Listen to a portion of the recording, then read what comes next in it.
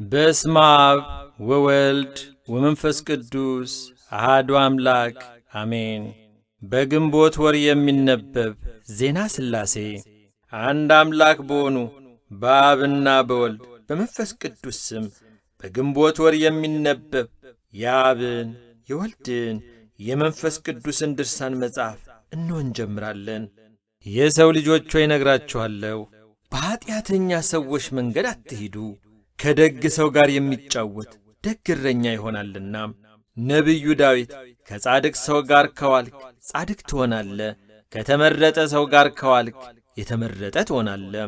ከጠማማ ሰው ጋር ከዋልክ ጠማማ ትሆናለህ፣ ከጠንቋዮች ጋር ከዋልክ ጠንቋይ ትሆናለህ እንዳለም አብ ወልድ መንፈስ ቅዱስም ወዳጃችን ከጠላታችን ጋር ተቀምጦ ካየነው ከእርሱ ጋር ታላቅ ጠብ እናደርጋለን አሉም። በወዲኛው ዓለም ሆነ በወዲያኛው ዓለም ከእርሱ ጋር ሰላም የለንም፣ ቂምንም አንተውም። ነቢዩ የእግዚአብሔር ወዳጆች በጠላቶቹ መንገድ አትሂዱ እንዳለም በሁሉም ሥራ እንዳይንቃቸው አብ ወልድ መንፈስ ቅዱስም ከሁሉ ፍጥረት እሱ የከበረ ሲሆን ሰው ግን አላወቀም አሉም። ዕዝራ ከ99 ነገደ መላእክት የሰው ነገድ ይበልጣል እንዳለም ነገር ግን ስማችን ከመላእክት ጋር ያስተካክለዋል። ሰው ጌታውን በአደባባይ ሊመቀኘው ዘንድ ይገባልን? ምድር ግን የወንጀለኞች ቦታ ሆነች። አብ ወልድ መንፈስ ቅዱስም ባለመለየት ሦስት አካላት ናቸውና ቃላችንን ግን አናሰማውም አሉም። ምሕረት ለሚገባ ሰው ነው እንጂ ስማችንን ሰምተው ፈጥነው የማያምኑ ሰዎች ግን እነርሱ ከእግዚአብሔር የራቁ የረከሱ ይሆናሉ። ነቢዩ የእግዚአብሔርን ክብር እንዳያይ ኀጢአተኛውን ሰው ያስወግዱታል እንዳለም አብ ወልድ መንፈስ ቅዱስም እኛን ካልወደደ ስማችን ወደሚነገርበት መድረስ አይቻለውም አሉም። የሚሰሙት ሰዎች ግን ንዑዳን ክቡራን የተመረጡም ናቸው። በሥላሴ መንበር ዙሪያም ቋሚዎቹ ይሆናሉ። በአባታቸው መንግሥትም ያመሰግናሉ። በምንመጣበት ጊዜም ከእኛ ጋር በአንድነት ይቀመጣሉ።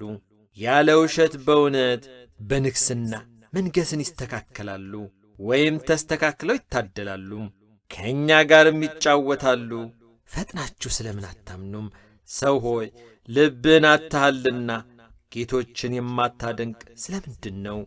እኛ ግን እናሳያለን። በሌሊት ጨለማን አምጥተን ፀሐይን እናወጣለን፣ በጨለማም ቦታ ጨረቃን እናመጣለን።